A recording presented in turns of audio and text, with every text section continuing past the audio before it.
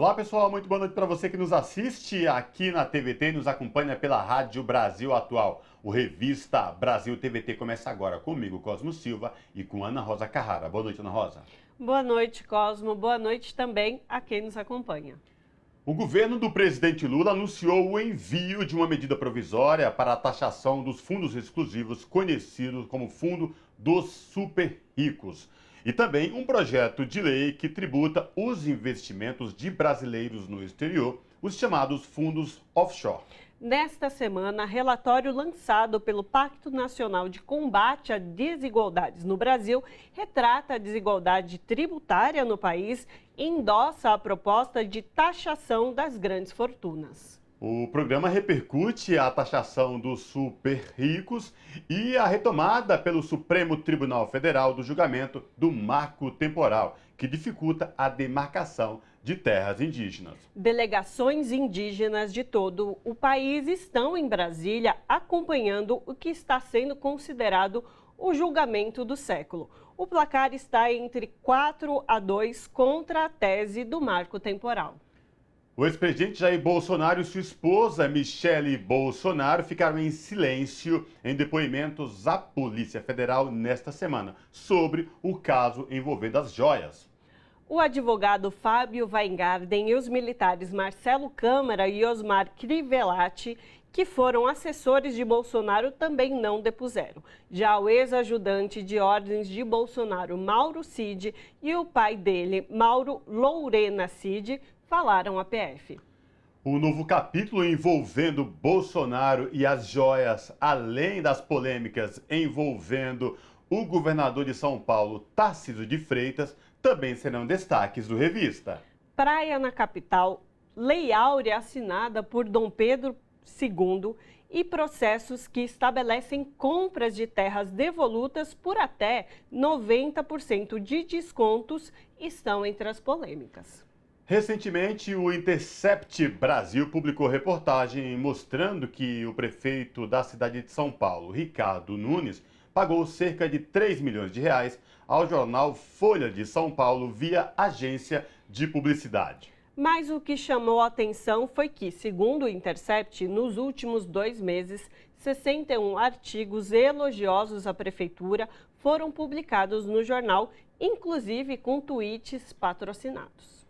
Essa questão e a mais recente pesquisa eleitoral na Argentina indicando que o pleito vai ao segundo turno serão analisados no programa. No levantamento, o candidato de direita Javier Milei aparece com 38,5% das intenções de votos. Sérgio Massa, candidato governista e atual ministro da Economia, vem na sequência com 32,3%. A pesquisa entrevistou por telefone pouco mais de 4 mil argentinos nos dias 16 e 17 de agosto.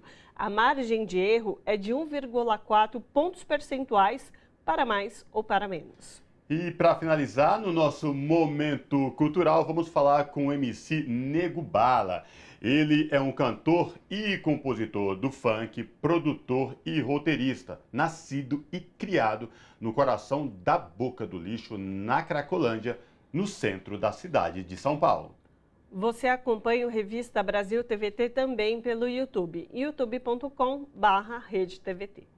Praia na capital paulista, Lei Áurea assinada por Dom Pedro II, processos que estabelecem compra de terras devolutas por até 90% de desconto e uma operação policial que deixou mais de 20 pessoas mortas na Baixada Santista.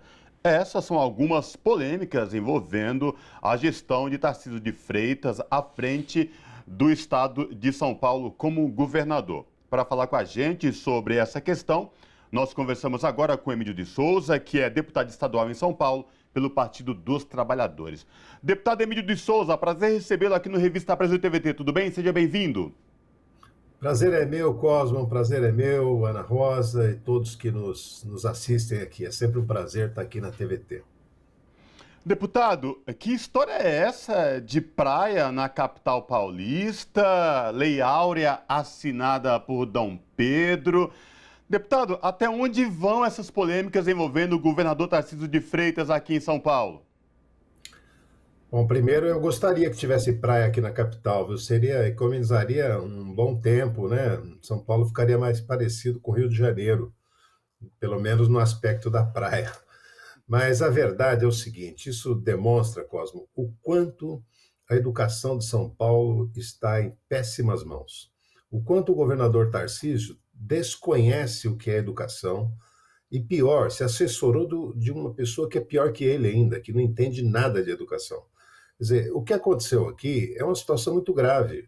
Quer dizer, mostra que, assim, o que eles estão enviando para os nossos alunos estudarem, se formarem, ampliarem, obterem conhecimento, é uma coisa completamente absurda. Quando você dá uma informação errada dessa, você induz o aluno a muitos outros erros e você também confunde os professores. Então, assim, é muito grave, né? Não é um erro qualquer, é um erro básico, né? Um erro, né, de geografia, um erro que todo mundo sabe que não é verdade. Então, como é que coloca isso? Quem filtra isso? Sabe que cuidado tá tendo, que o Estado está tendo para com o que as nossas crianças têm acesso? Né? Teve outros erros também, né? Falar que o Jânio Quadros, quando prefeito, ele proibiu o biquíni aqui em São Paulo, quando na verdade era uma coisa nacional, ele era presidente, né? Então, o negócio da Lei Áurea, tudo isso é assim, é fruto desse descaso. O Tarcísio está mostrando com isso que ele não só não conhece São Paulo, né, terra que ele mora, primeiro endereço dele em São Paulo é o Palácio dos Bandeirantes, como ele também está mostrando que ele não conhece o país, né, que ele não sabe coisas básicas da história brasileira, como a promulgação da Lei Áurea. Então, eu penso que assim, olha, tudo isso também é fruto dessa opção dele de querer rejeitar os livros escolares do MEC, que são usados mais de 100 anos em São Paulo. Quer dizer, agora ele resolveu inventar que os alunos teriam livro, né, leriam livros pelo computador, e o resultado está aí. Quem formulou essas definições aí mostra que não entende nada de educação, de Brasil, de São Paulo, de educação para crianças. Deputado, para continuar nessa questão da educação, vou trazer aqui um outro elemento sobre Ricardo Feder, que é a questão da Multilaser, né? O Ricardo Feder é uma das pessoas ali que tem cotas da empresa Multilaser e secretário da Educação aqui no estado de São Paulo, e mesmo assim a Multilaser tem contratos com o estado de São Paulo, o que fica aí uma situação bastante controversa. Gostaria de ouvir o senhor sobre essa questão e o que judicialmente pode ser feito, porque há aí conflitos de interesse, não é verdade? Olha, Ana, é uma situação totalmente absurda, ilegal, sabe? Fere a moralidade pública. A conduta do administrador público, ele tem certas regras que não é inventada por cada um faz como quer. Não, ela está prevista na Constituição, no artigo 37, por exemplo, ele trata dessa questão vamos dizer, dos princípios da administração pública. E um dos princípios, né, então você vai ter lá a impessoalidade, você vai ter a moralidade pública, né? Então são princípios que o poder público não pode se afastar dele. Ora, se uma pessoa assume a Secretaria de Educação e a empresa da qual ele é sócio é fornecedora da Secretaria da Educação, isso tem que ser rompido. Isso não é possível. E não deve fornecer para nenhum outro órgão do Estado, daquele Estado, porque, é claro, ele vai assinar as notas de pagamento para a empresa dele mesmo. Então, assim, nós tomamos providência, pedimos ao Ministério Público que acionasse imediatamente o secretário para impedir qualquer contrato da empresa dele com o Estado. Depois descobriu-se que ele estava vendendo para outras secretarias de Estado, já no governo do Tarcísio. E eu, pessoalmente, entrei com pedido também de afastamento do secretário. Entrei com esse pedido junto ao Ministério Público de São Paulo, porque só há duas formas de afastá-lo. Ou o Tarcísio o demite, né, ou ele pede demissão, ou então o Poder Judiciário determina o afastamento dele por ferir a moralidade pública, que eu espero que é o que aconteça. Agora, deputado, vamos voltar também a essa questão das terras devolutas aí, 90% de desconto, que, em outras palavras, oficializa a grilagem de terras no estado de São Paulo. Tem uma ação aí do Partido dos Trabalhadores, deputados da bancada no Supremo, mas ao tudo indica, não vai ter tempo hábil da ministra Carmen Lúcia, que está com essa ação, se pronunciar. Isso vai regularizar de fato essa grilagem. Eu queria lhe ouvir também sobre essa questão. Pois é, Cosmo, é mais um dos absurdos que vem acontecendo nesse estado. Veja bem, o que é o Pontal do Paranapanema? É um canto do estado, né, já na divisa com o Paraná, e um canto do estado onde se concentrou terras devolutas, ou seja, terras que eram do governo do estado e que não tinham destinação clara durante um tempo. Há dezenas de anos atrás, essas terras foram invadidas.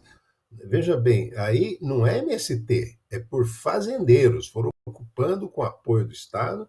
Quer dizer, que as pessoas pensam que ocupação é tudo MST. Não, as grandes granjas de terra em São Paulo são feitas por fazendeiros. Naquela época havia vamos dizer, os cartórios também tinham propriedade, né, tinham donos e legalizavam essa situação.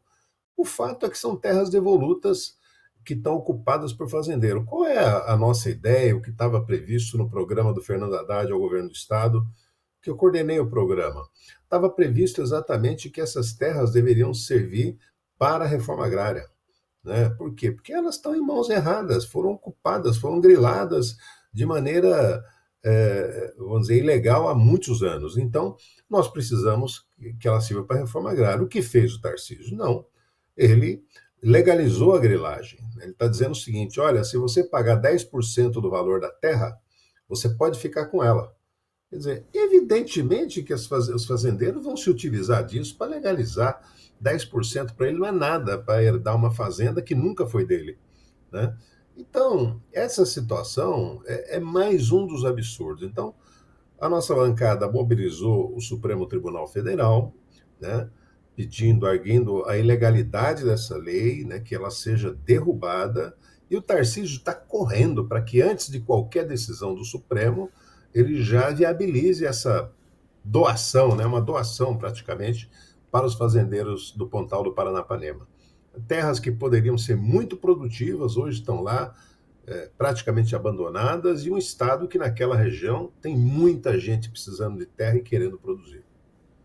Agora, deputado Emídio, a gente não pode deixar de falar do ocorrido na Baixada Santista, no Guarujá, Operação Escudo, que agora atualizado a gente já tem 24 mortes, cerca de um pouco mais de 700 pessoas foram detidas.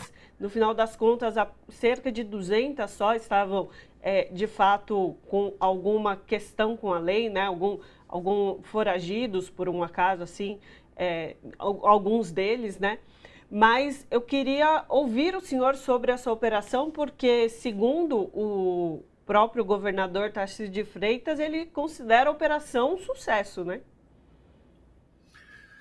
Pois é, olha, de cara, Ana Rosa, eu sempre falo o seguinte: olha, operação policial que termina com o resultado morte, nem que seja uma morte, ela já não é sucesso. Sucesso é quando a polícia vai lá, prende quem combateu o crime, ele vai pagar de acordo com o que diz a lei, é processado. É assim que se faz numa democracia, num Estado democrático de direito, numa sociedade civilizada. O que ele está fazendo é estimular a matança. Né? O que houve no Guarujá não tem outro nome, foi uma carnificina, foi um genocídio ali. Eles pegaram uma população a pretexto de vingar a morte de um policial, que também é lamentável.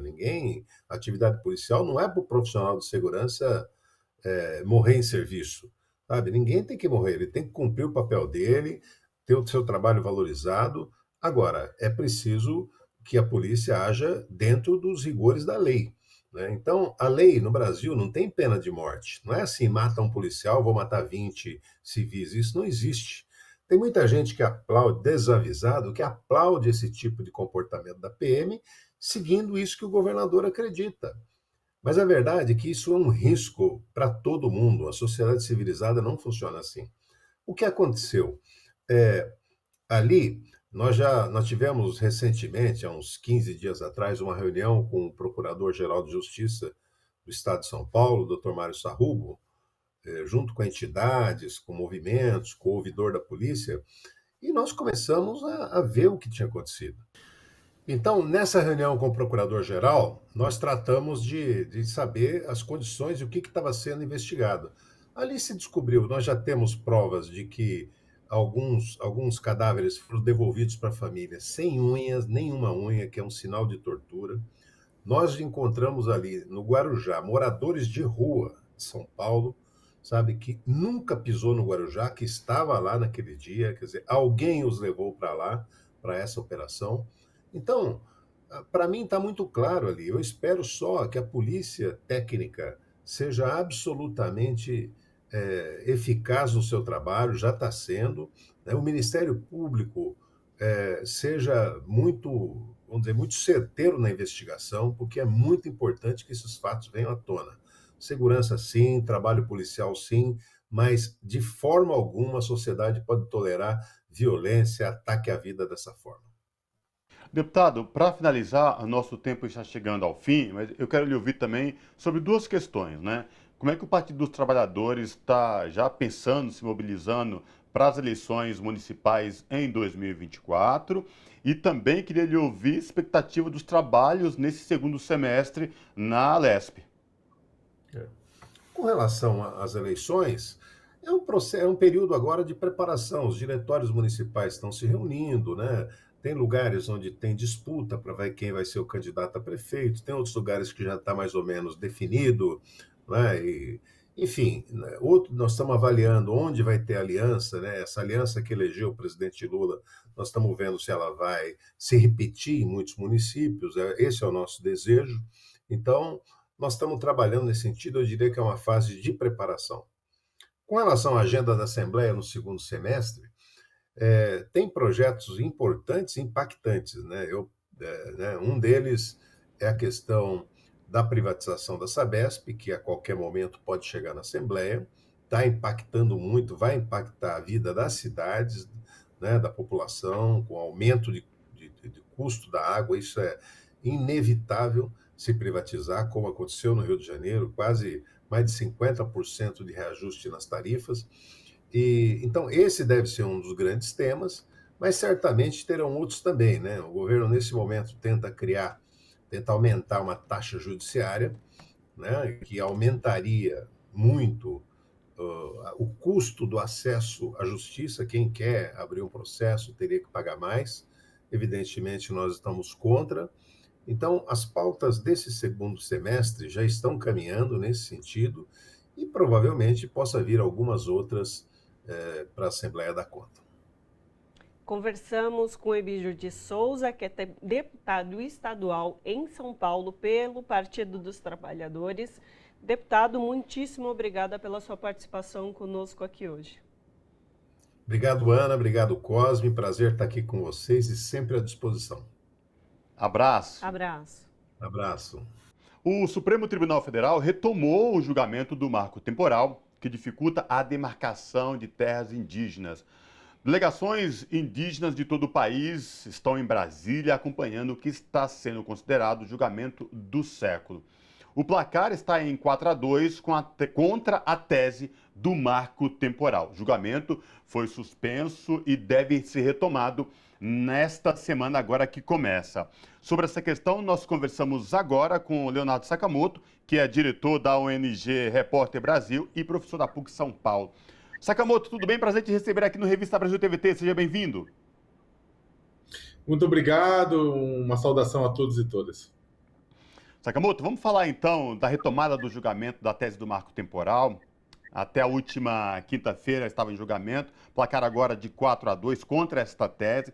Um julgamento muito importante porque há anos se arrasta no Supremo Tribunal e agora é um momento histórico, muitos indígenas em Brasília pressionando, um momento que deve ser finalizado na semana que vem. Queria te ouvir sobre o placar atual, 4-2 contra a tese do marco temporal, expectativa para essa semana da retomada do julgamento, Sakamoto. Não, esperemos que ele seja finalizado na semana que vem, né? Até porque algum outro ministro pode pedir vistas do processo, né?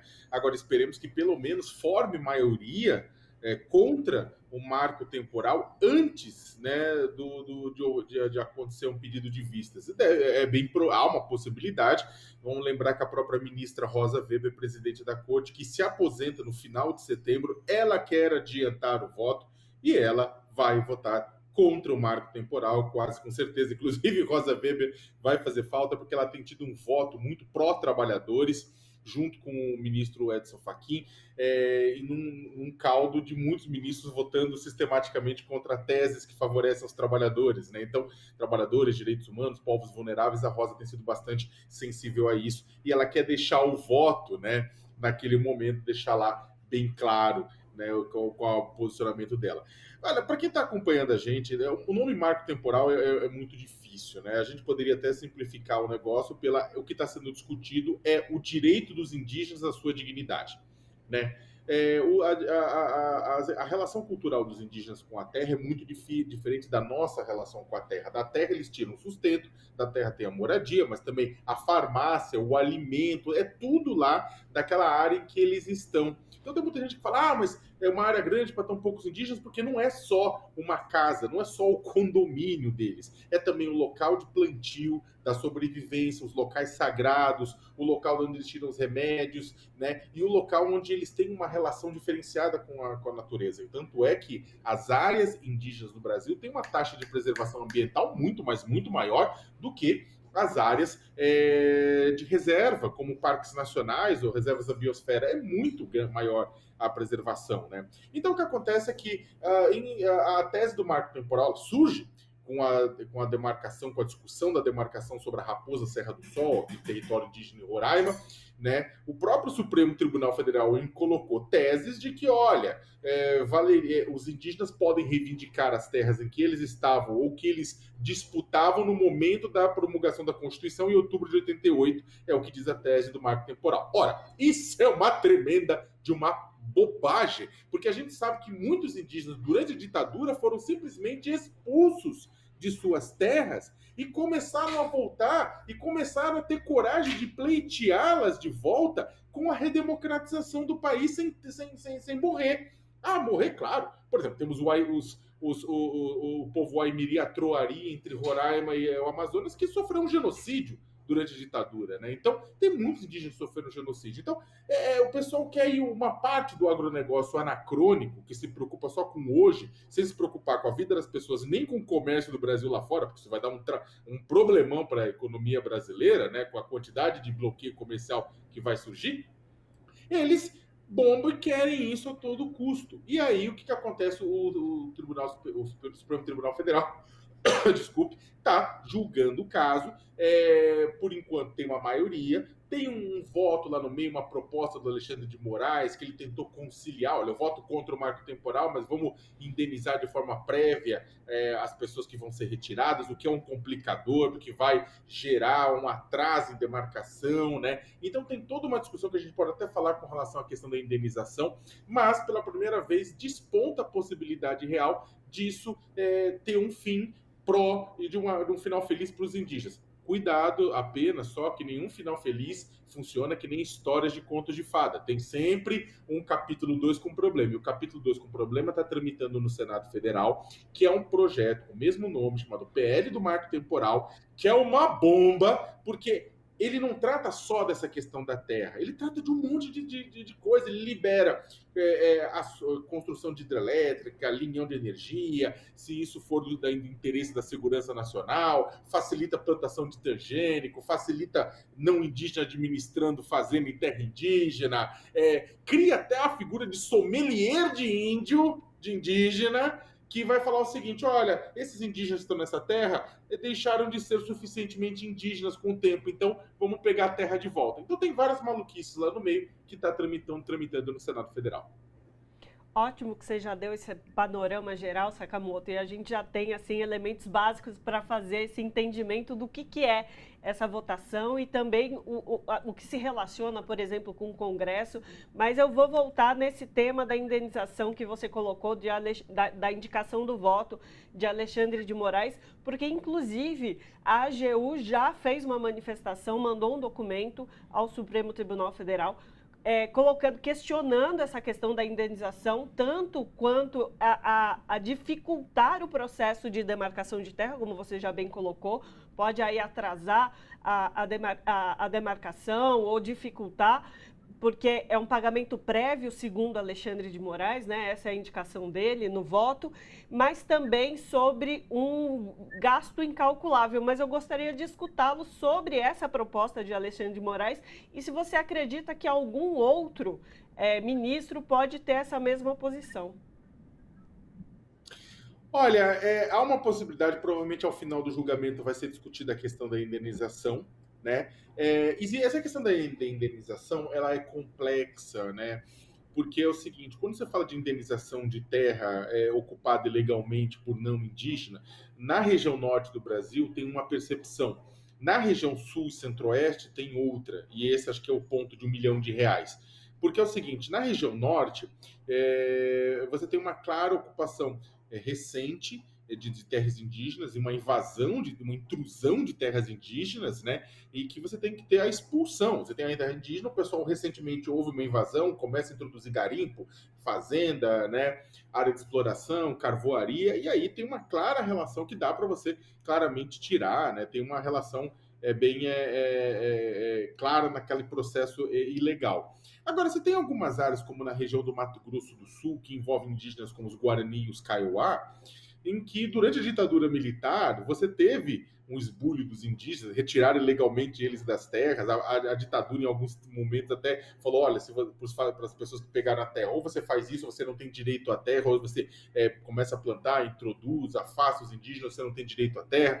Em alguns casos, a terra foi vendida, depois passada de mão, e às vezes você tem realmente uma figura de boa-fé. E aí que tem muita gente que estuda a situação dos indígenas do Mato Grosso do Sul, né, que é o lugar no Brasil hoje onde a questão da territorial é a mais dura e mais pesada, que falam que, em alguma medida, vai ter que, sim, garantir indenização para quem comprou terra de boa fé, porque inclusive tem fazendeiros que querem sair desses lugares, tem fazendeiros que querem deixar esse lugar, eu não quero mais essa loucura toda, eu topo vender a terra pelo valor que eu comprei e tudo isso mais. Então o que acontece? O governo, em algum caso, em algum momento, aquela questão da indenização da boa fé, por mais que boa fé seja algo difícil de ser objetivado, mas vai ter que ter. A questão nesse ponto é que o Alexandre de Moraes propôs, né, como uma solução intermediária para tentar amansar o agronegócio que está chiando e gritando, e a maioria no Congresso e todas essas coisas, falou: olha, então vamos fazer com uma indenização prévia. Ou seja, primeiro paga e depois sai da terra, né? E aí a gente sabe que em muitos casos, não só as questões que isso vai atravancar todo o processo de demarcação, mas também tem outras questões, né? Tipo, porque com isso você acaba dando um posicionamento, você acaba criando um mercado ilegal de terras, porque tem muita gente que vai querer invadir território indígena com a possibilidade de ganhar um cascalho do governo, né, para poder sair de lá, quase que um sequestro da terra. Muita gente coloca, não, que vai ter que se criar uma espécie de uma titulação de boa-fé, ou aquela pessoa tenha boa-fé, então pode-se, na verdade, atrasar mais ainda o processo de demarcação. Então, a questão da indenização prévia, ela é ruim por uma série de razões, né, que atrasam ainda mais o processo de garantia de acesso dos indígenas a essas terras, com, inclusive, um elemento.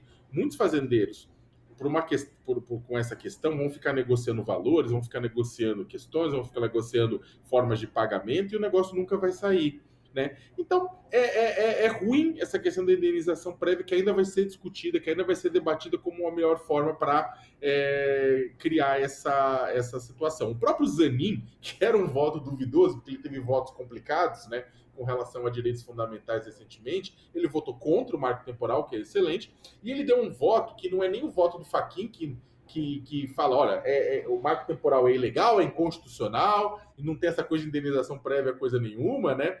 E o voto do Alexandre Moraes, que também considerou ilegal o marco temporal, mas ele topou, ele propôs indenização prévia, o Fachin topa a indenização, mas que não seja prévia, né? Então, que pode ser depois, com processo, aí entra precatório, um monte de coisa. Então, eu acredito que há uma chance, sim, de ter uma solução a bom termo.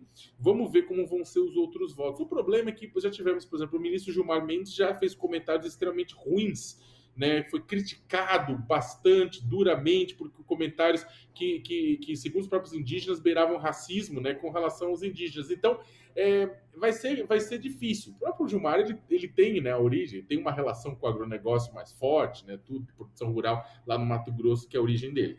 Então, não vai ser simples. É por isso que eu acho que é bem possível também alguém pedir vistas no meio disso e essa questão ficar meio que jogando, porque enquanto isso o Senado está tentando avançar para definir a questão e evitar que o STF defina em nome do próprio parlamento. E Sakamoto, tem outra questão também que é muito importante, e aí essa posição do Supremo quanto a essa tese do marco temporal, por conta dos vários conflitos que vêm se arrastando com os povos tradicionais nas terras indígenas, né, Sakamoto? Olha, é uma situação muito triste, como a gente fala, tipo, o Mato Grosso do Sul, né, é um estado que acabou virando um faroeste, né, uma parte do Mato Grosso do Sul, espero que ninguém se sinta ofendido, mas quem conhece, quem mora no Mato Grosso do Sul, está nos ouvindo e conhece a história do seu estado, sabe o que são as disputas por terra, sabe o que são as mortes de Guaranis, Kaiowás, né, outras populações indígenas que também estão numa situação semelhante. Sabe que, por exemplo, os indígenas expulsos de suas terras ou confinados em reservas que mais parecem cortiços urbanos, né? Eles acabam caindo no alcoolismo, eles acabam saindo para o suicídio, né? Ou eles acabam se tornando trabalhadores escravizados. Sim, o próprio governo federal resgatou já centenas de indígenas sul-mato-grossenses ao longo dos anos em fazendas de cana-de-açúcar, de gado ou em outras fazendas, trabalhando de forma escrava, exatamente porque eles não tinham onde produzir o seu próprio alimento, seu sustento, e iam tentar a vida fora. Então, o que acontece lá é gritante, mas não é só a questão territorial de acesso à terra, pura e simplesmente no Mato Grosso do Sul. No município de São Paulo, onde a gente está falando, a gente tem os indígenas lá na região do Jaraguá, que estão confinados a 1 hectare de terra, apesar de ter um outro território que poderia ser demarcado lá na região, na própria região, né? E que a justiça enrola, né? Tem toda aquela enrolação que levou, inclusive, a um protesto deles no começo do ano, com a Polícia Militar de São Paulo tirando na base da bomba e do gás, tratamento que não teve os golpistas no final do ano. Vamos lembrar que eles bloquearam estradas em São Paulo e ficaram lá, até que houve uma cobrança e uma pressão grande do próprio Alexandre de Moraes, aí veio água, bomba, tudo para tirar, mas até lá não teve. Lá os indígenas, em poucas horas, bomba nos índios.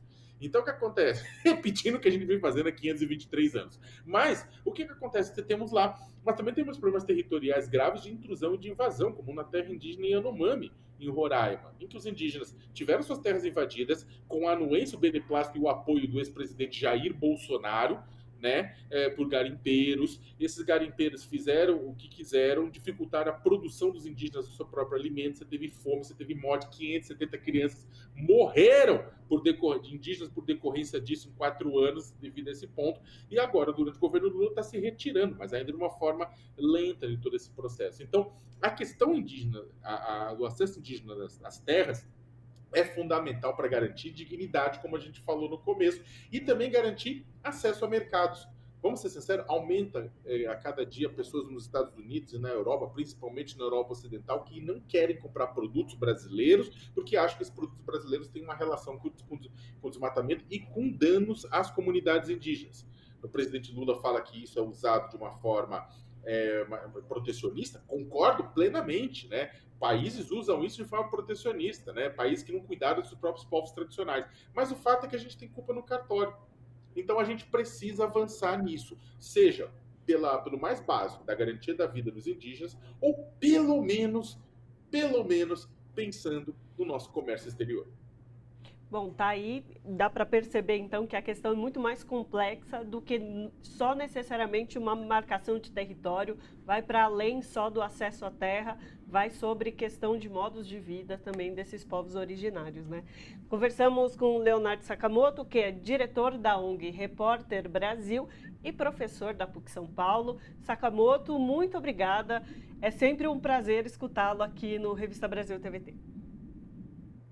Prazer foi meu. Um abraço a todos e todas e obrigado. Abraço. O governo do presidente Lula anunciou o envio de uma medida provisória para a taxação dos fundos exclusivos, conhecido como fundos dos super ricos. E também um projeto de lei que tributa os investimentos de brasileiros no exterior, que são os chamados fundos offshore. Nesta semana, relatório lançado pelo Pacto Nacional de Combate às Desigualdades no Brasil retrata a desigualdade tributária no Brasil e endossou a proposta de taxação dessas grandes fortunas. Sobre essa questão, nós conversamos agora com Oded Grajew, que é presidente emérito do Instituto Ethos e membro da ABCD, que é a Ação Brasileira de Combate às Desigualdades. Oded Grajew, tudo bem? Prazer recebê-lo aqui no Revista Brasil TVT. Seja bem-vindo. Muito obrigado pelo convite. Vamos falar então dessa proposta enviada pelo governo do presidente Lula. Eu queria te ouvir, até porque essa semana o relatório da ABCD fala especificamente sobre isso, dessas desigualdades e o quanto é importante essa taxação dessas grandes fortunas, desses super ricos aqui no Brasil.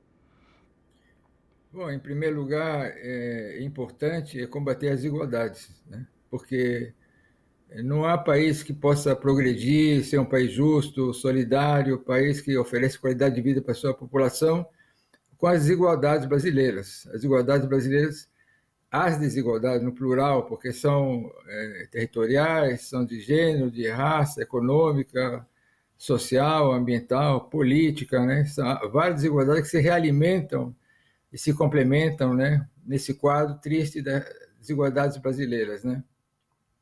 Além de que o Brasil está na honrosa, entre aspas, posição de 8º país mais desigual do mundo, entre os quase 200 países do mundo, o Brasil é 8º. Abaixo do Brasil são apenas 7 países muito pobres africanos, né? Então, e ao mesmo tempo, o que é triste, né?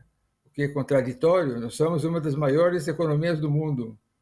Então, nós somos entre os 10 mais desiguais e os 10 mais ricos. É mais vergonhoso ainda essa situação, né?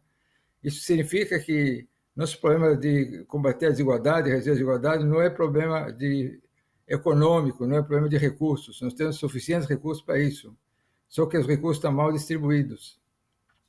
E nosso sistema atual, falando do sistema tributário, ele é um dos realimentadores das desigualdades, porque os 10% mais pobres pagam, isso é um cálculo que nós fizemos, 26,4% da sua renda em impostos, e os 10% mais ricos pagam 19,2% da sua renda em impostos.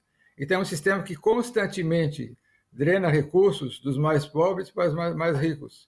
A desigualdade ela é constituída de políticas, de decisões políticas, de políticas públicas. Ela não é uma obra do divino. Então, ela é constituída de estruturas que realimentam e alimentam. E as nossas desigualdades não só são grandes, mas estão aumentando, exatamente por isso, porque os mecanismos de realimentação da desigualdade é grande. Agora, é evidente que tem que taxar mais os ricos, né? Tem uma conta, né, que, por exemplo, o Brasil e a Estônia, são os 2 únicos países do mundo a não taxar lucros e dividendos, né? Uma taxação sobre lucros e dividendos de 20%, por exemplo, daria para dobrar o Bolsa Família, né? Só para dizer da absurdo das situações, né? E essa taxação para os mais ricos não faz a mínima diferença, esse que é o problema. Não faz a mínima diferença, não vai mudar nada na sua qualidade de vida, não muda nada no seu dia a dia, nos seus hábitos de consumo, de vida, mas faz muita diferença para quem necessita desses recursos, né? Então, taxar os mais ricos é fundamental, né? É o que se faz nos países que tentam diminuir as desigualdades, mas tem um dado a mais que precisa entrar nessa equação. O que fazer com esse dinheiro? Se essa arrecadação de impostos sobre ricos, que é importante, for direcionado para melhorar a condição dos mais pobres, muito bem. Mas se para entrar de novo no orçamento e onde quem tem mais poder político possa se abocanhar essa parcela, isso volta para os mais ricos. Então, ao mesmo tempo que é importante taxar aqueles que têm mais, os mais ricos, é tão importante quanto saber o que vai fazer com esse dinheiro. Então, por exemplo, por que não tem uma proposta, né, de taxar os mais ricos, de taxar o offshore, taxar os fundos dos multimilionários, mas por que não, ao mesmo tempo, direcionar diretamente esses recursos para aumentar a Bolsa Família? Quer dizer, vincular uma coisa com outra. Porque se taxar apenas os mais ricos e colocar no orçamento onde quem tem mais poder político, que são os mais ricos, vão abocanhar de novo esses recursos, não vai valer, não tem nenhum efeito sobre a distribuição de renda, sobre a desigualdade. Mas por que não vincular exatamente, olha, diretamente, tudo que vamos arrecadar com essa taxação dos mais ricos vai diretamente para a Bolsa Família, ou para aumentar o número de pessoas beneficiadas, ou para aumentar a Bolsa em si. Então, é muito importante que, para combater a desigualdade, ao mesmo tempo, tirar de quem tem mais e distribuir para quem precisa que tem mais, porque combater a desigualdade significa redistribuição de poder e riqueza. Combater a desigualdade não é a mesma coisa que benefício, que é filantropia, que é caridade, com ação social. Isso tudo bem, é importante, mas combater a desigualdade é redistribuir recursos e poder. Então, por isso, as duas coisas ligadas são muito importantes. E, nesse sentido, eu queria falar, então, sobre o Pacto Nacional de Combate às Desigualdades, que vai aí desenvolver relatórios sobre essa realidade que o senhor nos colocou, né? Desse nível de desigualdade tão grande que nós vivemos aqui no nosso país. Eu gostaria, então, que o senhor falasse um pouco sobre os indicadores importantes que esse relatório vai observar para aí poder indicar onde estão essas desigualdades e, de fato, como o senhor colocou aqui, poder atuar de fato no combate a essa relação de discrepância tão grande de acesso a direito, de acesso a poder. Primeiro, até antes de responder diretamente a sua pergunta, por que é tão importante combater as desigualdades, né?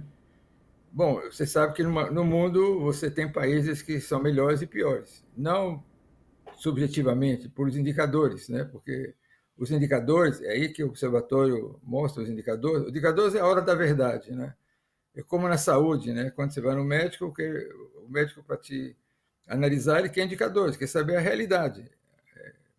E tem indicadores, é a hora da verdade. Então, tem países que estão lá em cima sempre, em qualquer classificação social, ambiental, econômica. Então, a gente precisa se perguntar como é que chegaram até lá, né? Por exemplo, os países escandinavos e outros, que eram muito pobres no começo do século passado, né? E chegaram até onde chegaram, como foi.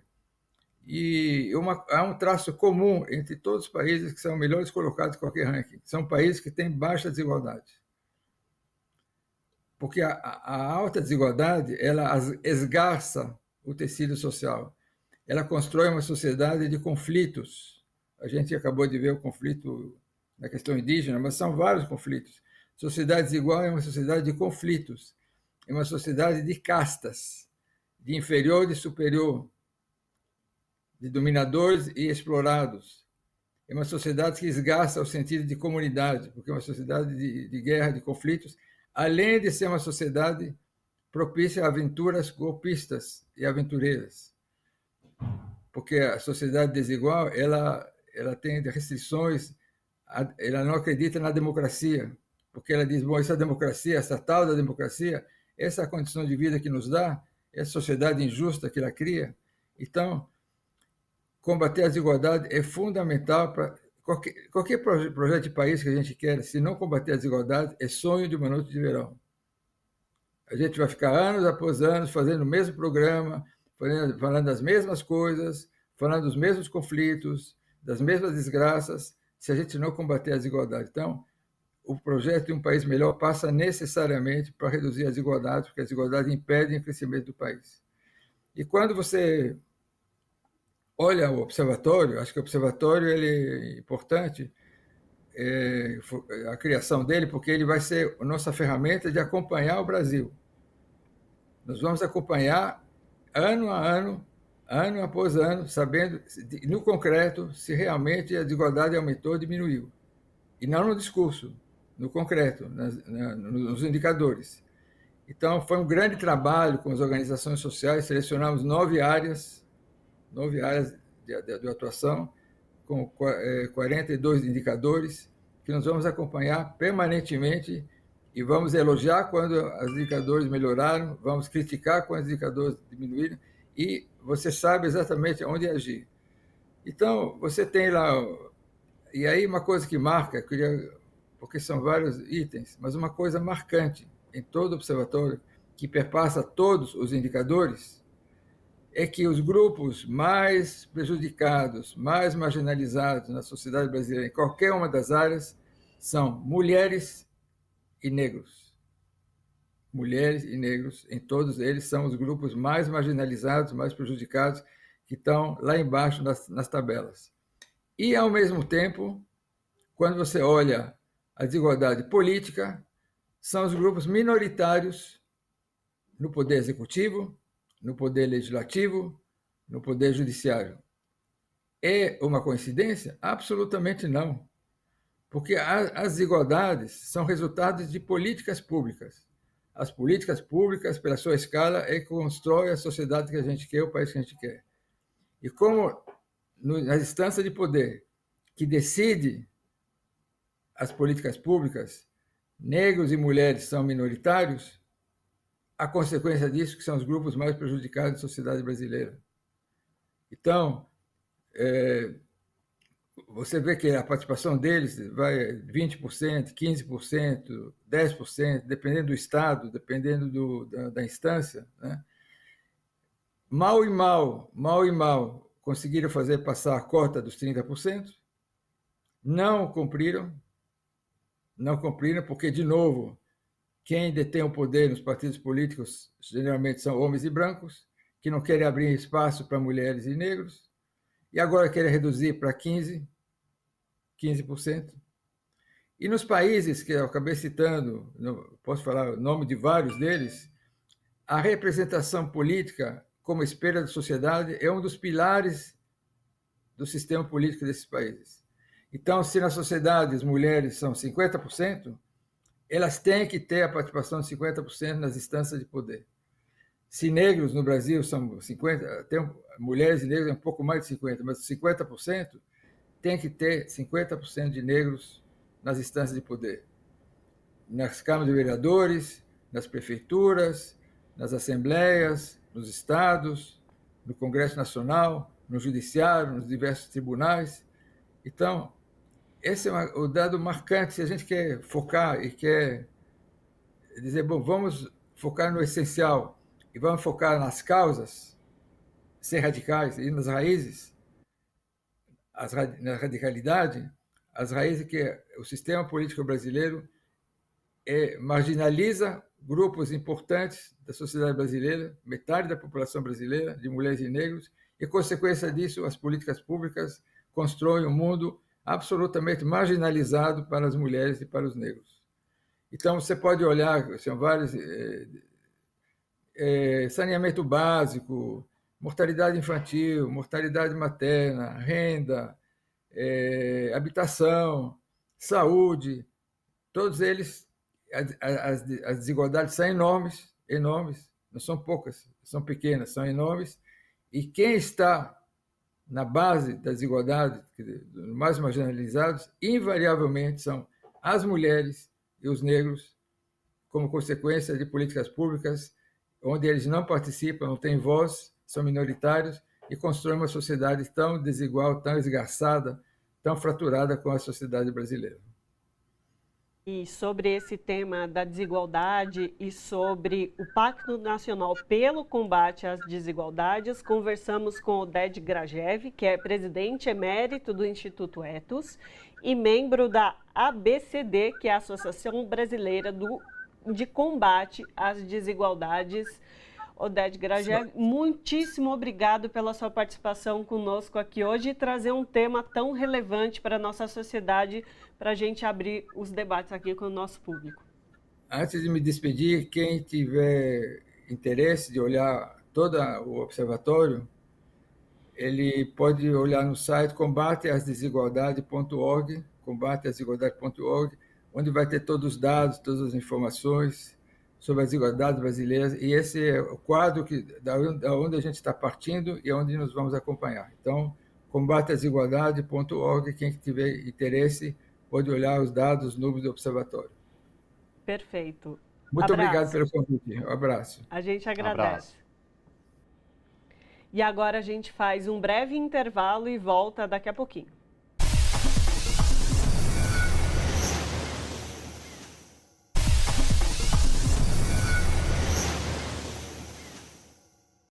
De volta com Revista Brasil TVT, aqui na TVT e também na Rádio Brasil Atual. O ex-presidente Jair Bolsonaro e sua esposa Michele Bolsonaro ficaram em silêncio em depoimentos à Polícia Federal nesta semana sobre o caso de venda envolvendo as joias recebidas do Estado brasileiro. O advogado Fábio Weingart e os militares Marcelo Câmara e Osmar Crivellati, que foram assessores de Bolsonaro, também não depuseram. Já o ex-ajudante de ordens de Bolsonaro, Mauro Cid, e o seu pai, o general Mauro Lorena Cid, falaram em depoimentos à PF. E para repercutir com a gente sobre o caso das joias envolvendo o ex-presidente Jair Bolsonaro, nós conversamos agora com o César Brito, que é advogado, escritor, ex-presidente da OAB Nacional e membro da ABJD, que é a Associação Brasileira de Juristas pela Democracia. Doutor César Brito, prazer recebê-lo aqui no Revista Brasil TVT. Seja bem-vindo. O prazer é todo meu de estar participando mais uma vez desse programa que é fundamental para a democracia. E é fundamental porque distribui informação verdadeira, sem fake news. Eu acho que um dos problemas do século é exatamente as informações falsas e vocês têm um compromisso sempre grande com a verdade. A gente que agradece o seu elogio. E é o nosso desafio, o nosso compromisso diariamente aqui na TVT e também na Rádio Brasil Atual.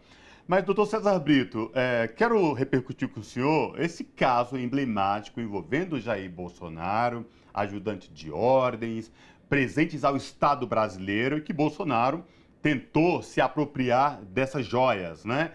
Agora já várias versões distintas, dizendo que ele tem direito. Queria lhe ouvir do ponto de vista juridicamente sobre todo esse imbróglio aí, toda essa questão envolvendo este fatídico caso das joias dadas ao Estado brasileiro, que o ex-presidente Jair Bolsonaro insiste, dizendo que ele tem direito a essas joias. É primeiro lembrar para as pessoas como começa o escândalo. Ele começa o escândalo em razão de um cumprimento constitucional que os que fazem privado do patrimônio público odeiam, que é o concurso público, né? Começa o escândalo porque um servidor público concursado, e por ser concursado tem independência de rejeitar as ordens ilegais daqueles que ocupam o Estado de forma de plantão do determinado período, e por ser concursado impede o ingresso ilegal de bens de alto valor no Brasil. E é bom dar primeiro parênteses, todo bem que entra no Brasil, público ou privado, é preciso declarar. Né? Você tem que, justamente para evitar corrupção, evitar contrabando, descaminho. E no caso concreto, se tentou entrar clandestinamente com joias e bens de alto valor. E quando o servidor público, concursado, repito, indaga do ministro que aquele bem era absolutamente ilegal, precisa ser declarado, qual foi a primeira resposta? É para a primeira-dama Michele Bolsonaro. Para a primeira-dama Michele Bolsonaro, ou por qualquer cidadã do mundo ou do Brasil, que tem que declarar. E ao não se declarar, começa a se fazer uma investigação, porque se demonstrou claramente que o governo Bolsonaro tentou o tempo todo trazer para o patrimônio privado esse bem de alto valor. E por que os bens de alto valor, ou qualquer que seja ele, mesmo de baixo valor, precisa ser declarado quando o presidente da República exerce? Porque nós temos que ter um controle sobre o dinheiro recebido, sobre aquele que tem a última palavra sobre a vida econômica do país, sobre o relacionamento externo do país, para saber se os valores que recebe estão relacionados com a subserviência do Estado brasileiro a interesses, se está relacionado com corrupção, se está relacionado com venda de patrimônio brasileiro. Por isso é importante declarar, mesmo aqueles que vão para o patrimônio privado. No caso concreto, descobre-se posteriormente que não era só esse bem, eram vários bens que foram recebidos, não declarados ou declarados ilegalmente incorporados ao patrimônio privado.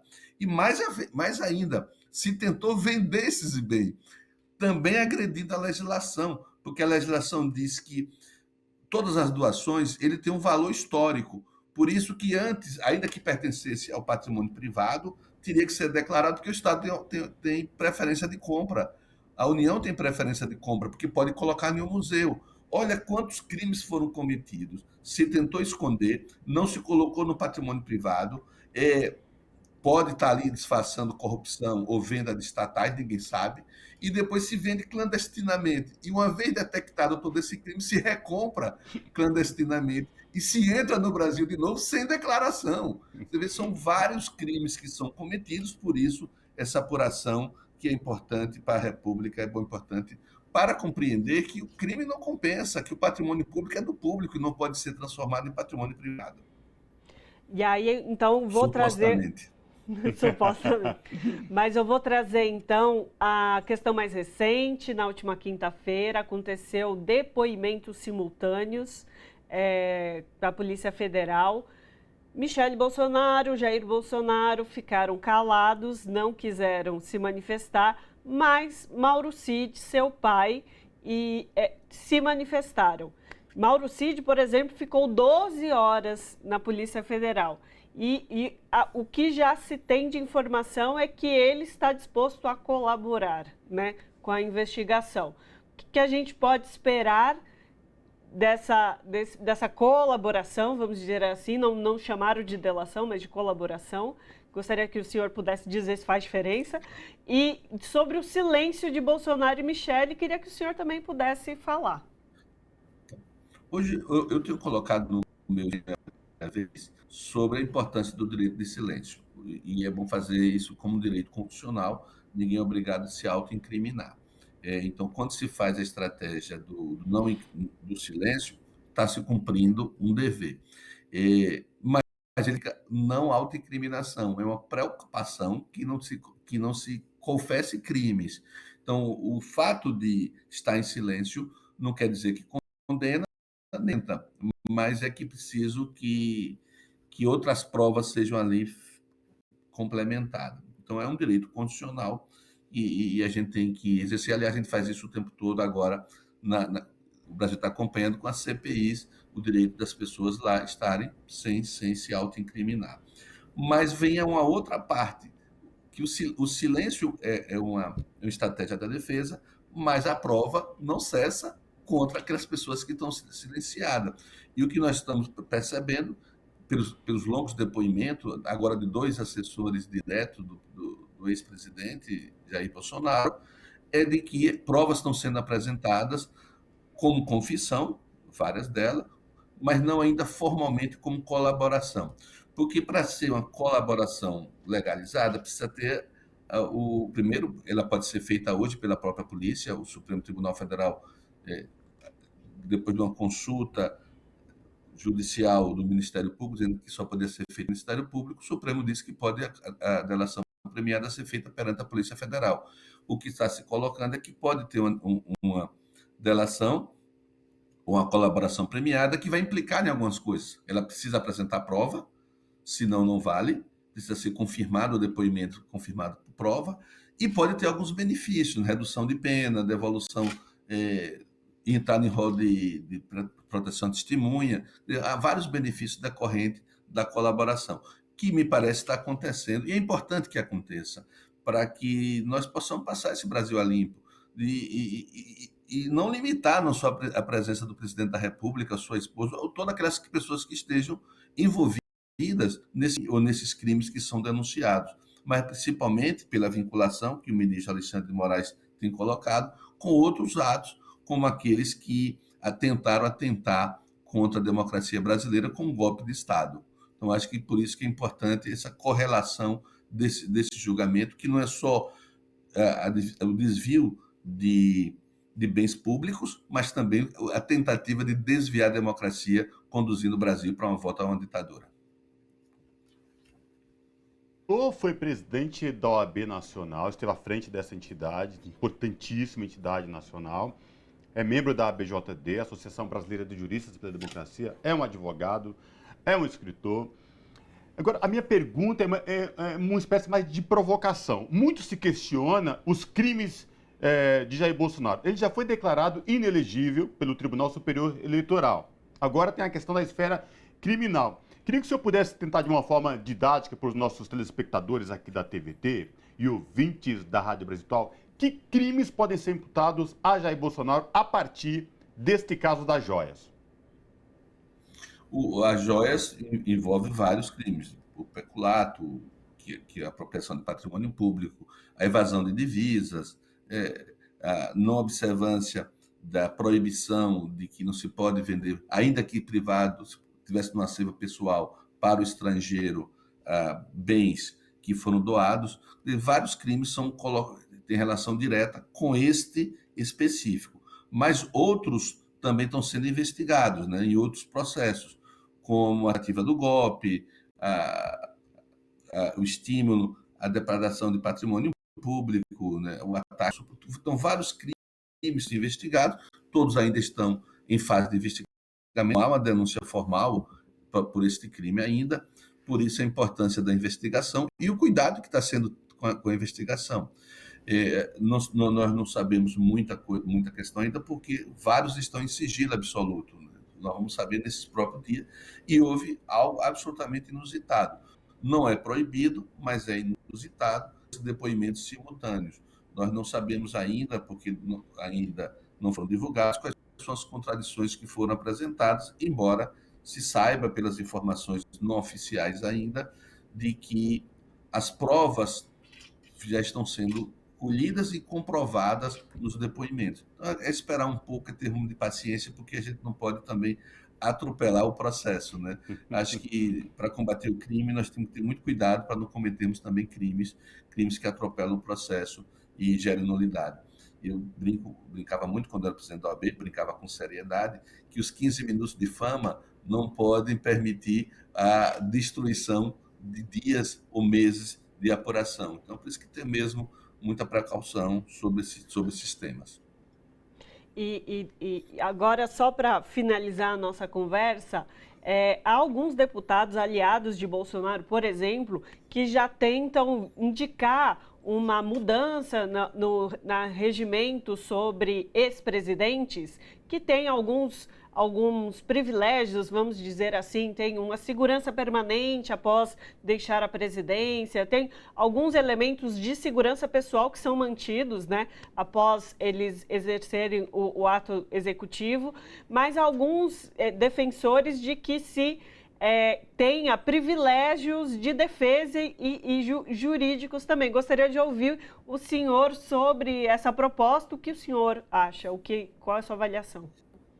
Para que não se diga que eu falo de forma casuística, por causa desse caso em concreto, eu quero lembrar que eu sou radicalmente contra alguns tipos de anistia.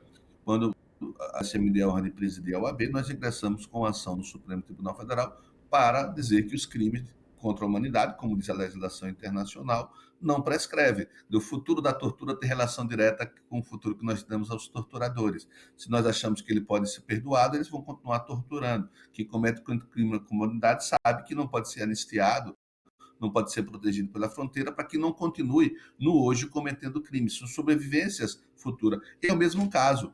O governante não pode ter habeas corpus preventivo para roubar, para cometer crimes, para serem perdoados. Então, se nós trouxermos esse raciocínio do habeas corpus preventivo para qualquer governante, independente dele, nós vamos ficar para o roubo, carta branca para o crime. Então, não podemos ter esse tipo de anistia. Porque no Brasil depois vai o jeitinho, depois vai aplicar para o governador, vai aplicar para o prefeito, vai aplicar para o chefe do órgão. Então, não há habeas corpus, anistia preventiva para quem comete crime, e principalmente crimes contra o patrimônio público, porque o crime contra o patrimônio público ele gera vários outros crimes. Ele é responsável pela fome, ele é responsável pela ausência de saúde pública, então é preciso ter muito cuidado quando você faz esse tipo de proposta. Sou contra qualquer anistia, ainda mais anistia prévia. Perfeito. Conversamos com César Brito, que é advogado, escritor e ex-presidente da OAB Nacional e membro da BJD. Muitíssimo obrigado pela sua participação conosco aqui hoje e por toda essa explicação e desenvolvimento sobre o campo jurídico, que às vezes nos parece tão complicado. Obrigado também, é sempre um prazer, à disposição. Abraço. Recentemente, o Intercept Brasil publicou reportagem mostrando que o prefeito da cidade de São Paulo, Ricardo Nunes, pagou cerca de 3 milhões de reais ao jornal Folha de São Paulo via agência de publicidade.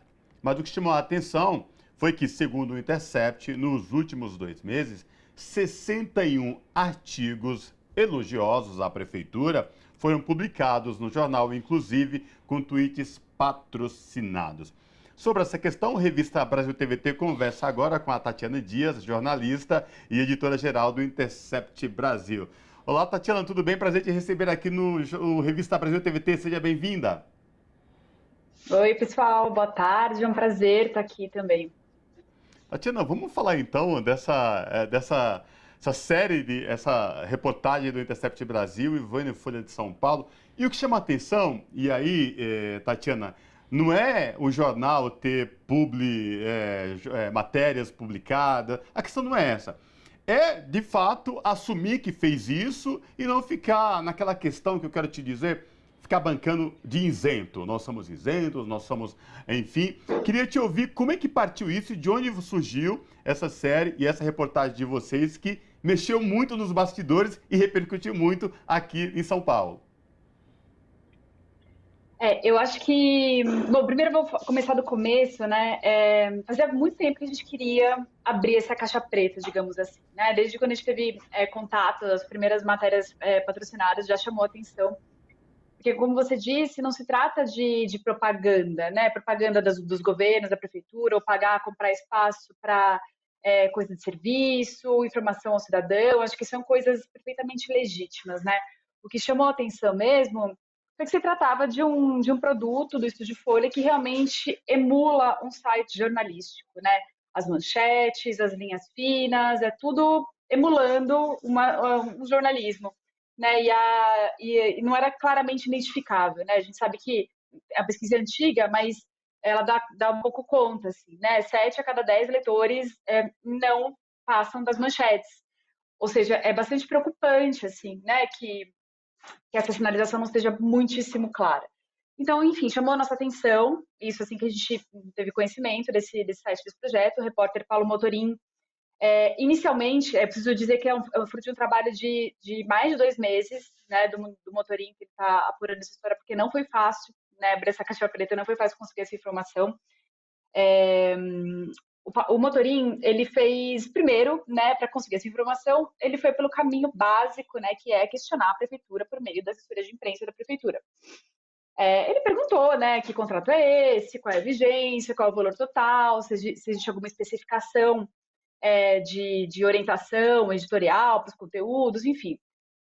A prefeitura desconversou, né, falou que se trata de uma parceria com uma agência de publicidade regularmente licitada e nada mais tinha a dizer. 2 dias depois, né, a gente não se contentou com essa resposta. 2 dias depois, a gente entrou com pedido de informação por meio da Lei de Acesso à Informação, né, do portal da prefeitura, questionando a parceria e pedindo, né, os termos do planejamento de mídia da agência de publicidade Propeg, né, que é a responsável pelo contrato, né? A prefeitura ela tem 2 contratos multimilionários com a agência de publicidade, né, com a Propeg e com a M-Works. Eles estão, inclusive, sendo investigados pelo Ministério Público, que está questionando por que contratos tão altos, né? A gente sabe que falta de dinheiro não é um problema dessa prefeitura, né? Se vê pelos os enormes contratos de publicidade aí. Mas, enfim, a gente questionou, então a gente pediu um planejamento de mídia detalhado desse contrato por meio da Propeg. E aí veio a surpresa. Primeiro, o prazo venceu, eles ignoraram a solicitação. Depois recorremos mais uma vez e o chefe da SECOM, do Ricardo Nunes, né, o Afonso Prado Filho, o nome dele, respondeu falando que não tinha nenhuma parceria direta com o Estúdio Folha. A gente, tem, né? Tem, a gente tá lá para todo mundo ver, né? Tá lá no site, tem uma parceria, está lá conteúdo, né? Fazendo parceria com a prefeitura, mas vamos recorrer mais uma vez. Então, o Motorim recorreu mais uma vez, na segunda instância, no dia 2 de agosto, né? Ele entrou com esse recurso e argumentou, óbvio, né? Que essa recusa feria princípios básicos de transparência, né? Dinheiro público sendo empregado, e a gente tem direito de saber, né, quais são os termos e para que isso está sendo usado. Então, 16 dias depois, né, no dia 18 de agosto, a prefeitura finalmente atendeu o pedido. Né? Então, não foi uma matéria que começou de agora, né? A gente está nesse processo. Aliás, grande parte do jornalismo investigativo é esse trabalho de paciência e formiga e ter que insistir mesmo, né? Porque, infelizmente, mesmo com a lei, parece que a praxe é negar, né? E eles testam o nosso poder de insistência e chatice, mas bom que você pode ver, são chatos por natureza e conseguem. Mas, enfim, finalmente veio o documento, né? Que detalhou os pagamentos, né? E aí a gente descobriu que foram mais de 2.700.000 reais para a Folha para esse projeto. E aí, se você olha os serviços são coisas de produção de conteúdo, inserção de projeto especial, matérias diárias no digital, página do impresso. E aí, se você vê a Folha, o produto final, né, tem lá a matéria na home, tem o site customizado. E se você for ver, não são só matérias de serviço, né, que também você pode pensar, não, é um serviço importante para o cidadão, tem um canal de comunicação, mas não são, né? É um negócio, SAMU é reforçado com 800 novos profissionais, novos cachorródromos são opções de lazer, reforma de Interlagos. Então, quem entra nesse portal, acha que a cidade está incrível, né? São só o asfalto, não sei quantos 1.000 quilômetros de asfalto. Então, assim, é uma página de propaganda que não é claramente identificada, e isso é especialmente relevante para se tratar, obviamente, de um ano pré-eleitoral em que o prefeito em questão, né, é um candidato, né, um possível pré-candidato aí à prefeitura. Então, a gente julgou de bastante interesse público. Essa reportagem a gente entende, né, a sensibilidade, a gente é jornalista, a gente sabe todas as dificuldades de financiamento que a gente tem nesse mercado. Não é fácil, mas a gente acha importante levantar esse debate sobre os limites, né, de publi editorial, né, de quem que a gente aceita, de quem não aceita, e como que a gente sinaliza isso para o leitor, né? Acho que vale lembrar que a própria Folha publica, inclusive, matérias críticas, o Ricardo Nunes tem excelentes jornalistas lá que cobrem a prefeitura, mas isso, às vezes, tem o mesmo peso, a matéria de denúncia, às vezes, tem o mesmo peso dessa propaganda, né? Isso vale tudo, é um doisladismo, né? Isso é a famosa pluralidade, né? É disso que se trata, né? É a isenção jornalística, aí a Folha está posicionando. Não é bem assim, né? Eu acho que o veículo tem que ter esses limites mais claros, e eu acho que essa reportagem ela trouxe à tona, assim, né, essa discussão sobre quais são esses limites. Exatamente, mas a própria Folha tem ali nos seus princípios editoriais que eles publicaram, fizeram um vídeo, tem todo um trabalho em cima desses princípios editoriais, dizendo que a Folha se compromete declaradamente a diferenciar o que é publicidade do que é processo jornalístico, investigativo e analítico, o que de fato o Intercept indicava é que isso não estava acontecendo e induzia a pessoa leitora ao erro de aquilo não necessariamente ser uma publicidade, mas ser um material jornalístico da empresa jornal Folha de São Paulo. Mas o que eu queria trazer um pouco mais além disso, Tatiana, é a questão da posição do Ombudsman sobre a publicação do Intercept, né? Ele se referiu à reportagem como se tivesse inferências sobre o caso. Mas o que de fato acontece é que vocês tinham dados, tinham elementos concretos de que existiam as relações e que, de fato, isso não estava sendo identificado. Tanto é que a Folha de São Paulo agora mudou o processo e eu gostaria que você pudesse falar desse processo e avaliasse se houve uma tentativa um pouco de desqualificar a reportagem que vocês fizeram. Ah, claro que houve, claramente houve uma tentativa de desqualificar a nossa reportagem, assim, né? Quando você lê a coluna do Ombudsman, ele fala que a reportagem não traz nada de concreto e faz inferências, assim, né? Isso não aconteceu, e aí foi por isso que a gente resolveu publicar o segundo texto, né? A gente não tinha publicado o documento na íntegra, a gente descreveu o documento na reportagem, né? Descreveu os números, descreveu o que tinha no documento, mas a gente não publicou na primeira reportagem. E na segunda reportagem a gente falou, bom, não são inferências, né? A gente tem documentos públicos, concretos, que deveriam ser públicos, né? E não estavam públicos, eles só se tornaram públicos porque a gente pediu e insistiu. Se a gente não tivesse pedido e insistido, isso teria, né, permanecido em segredo. Então é isso, aí a gente publicou um segundo texto, publicando na íntegra toda a descrição dos serviços prestados pela Folha à Prefeitura, né? Que inclui aquilo, foram 13 pagamentos, né, totalizando 448 mil no ano passado, e neste ano, né, mais de 2 milhões e 200 mil reais pagos nesse ano. Então não tem nenhuma inferência, é coisa concreta, né? É grana da Prefeitura que está indo diretamente para a produção de textos elogiosos dentro da Folha de São Paulo. Então, essa foi a resposta, né? A gente escreveu um texto em resposta, publicando os documentos, e é alguma coisa que eu até escrevi no meu texto, né? Eu acho que é perfeitamente possível reconhecer a crítica, fazer uma autocrítica e reconhecer um erro, que foi o que o Ombudsman fez, né? Ele reconheceu que as publicidades não estavam bem sinalizadas, tanto é que elas passaram a ser sinalizadas no final da semana que a gente publicou a reportagem. Aí ele até questiona, ele foi efeito ou não dos questionamentos. Bom, o negócio mudou 2 dias depois da nossa reportagem, né? Eu acho que tá claro, né, se foi efeito ou não do questionamento. Mas tudo bem, a gente deixa para os leitores julgarem se acham que foi ou não. O que importa mesmo, eu acho, é que a gente mostrou uma coisa que era de interesse público, a gente jogou luz sobre uma questão que é bem nebulosa e uma zona cinzenta, né, do jornalismo, questões de financiamento, questões de limite em publicidade e editorial, questões de transparência. Acho que tem várias questões que são um certo tabu, assim, e parte da mídia, especialmente corporativa, tem um pouco de dificuldade de lidar. A gente jogou luz nessas questões. Então, acho que a gente ficou muito satisfeito com a repercussão, assim, dessa matéria. E a gente acha que tem muito mais coisas a serem reveladas, né, nesses contratos, enfim.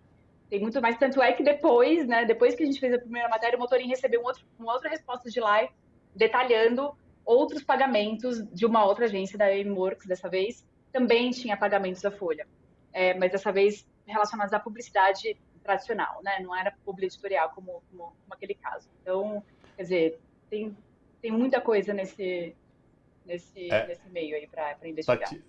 Tatiana, eu fico imaginando o quanto desse valor de formato de publi reportagem poderia ser investido, por exemplo, ou trabalhado com a questão dos moradores em situação de rua, por exemplo, que a cidade está lotada, tomada, né? Questão de mobilidade, saúde mesmo, quem sabe como funciona. E aí eu volto a falar, essa questão não é fazer ou não fazer e ter lado. Nós aqui temos que é o lado dos direitos humanos, dos trabalhadores, dos movimentos sociais, e assumimos isso, não é problema. Agora, né, não vamos disfarçar isso com outra forma para tentar convencer de outra, enfim, como vocês bem explicaram. Mas só para finalizar, né, vocês pretendem dar continuidade a esse trabalho? Com certeza, sem dúvida.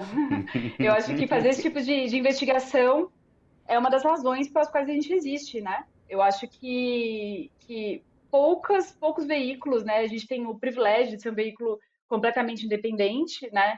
E a gente consegue fazer esse tipo de investigação, coisa que outros veículos não conseguem. Então, acho que a gente quer e é também o nosso dever continuar fazendo esse tipo de investigação, né? Eu acho que a gente sabe como que está a prefeitura do Ricardo Nunes aqui em São Paulo. Acho que é um foco, né, da nossa cobertura jornalística para os próximos meses, olhar para o que está acontecendo aqui, porque realmente é gritante, né, a situação da cidade. Qualquer um que está em São Paulo vê né? A gente não precisa, né, as coisas estão nas ruas, estão em todos os lugares para todo mundo ver. Então, acho que é a nossa obrigação, né? A gente precisa honrar a nossa independência fazendo esse tipo de cobertura, né? Cobrindo a mídia de forma crítica, cobrindo o poder hegemônico de forma crítica, né? Eu acho que é para isso que a gente existe e óbvio que a gente vai continuar, não tenho a menor dúvida. Só salientando que, inclusive, estamos aí prestes a iniciar um processo de eleição à prefeitura. Então, ainda mais importante a gente ter olhos atentos e consciência do que a gente está recebendo de informação do poder público nesse sentido. Conversamos com a Tatiana Dias, que é editora-geral e jornalista do Intercept Brasil. Tatiana, muito obrigada pela sua participação aqui conosco no dia de hoje. Gente, muito obrigada, foi um prazer, né? E espero estar aqui mais vezes. Adorei. Obrigada. Abraço. Aproveitando que a gente vai fazer um intervalo agora, vai lá no nosso YouTube. Para você que ainda não é inscrito no canal, se inscreve no nosso canal, youtube.com/RedeTVT, que a gente está prestes a chegar a 1 milhão de inscritos e ajuda a TVT a chegar ainda mais na casa de outras pessoas e mais pessoas. A gente faz um intervalo rápido agora e volta daqui a pouquinho.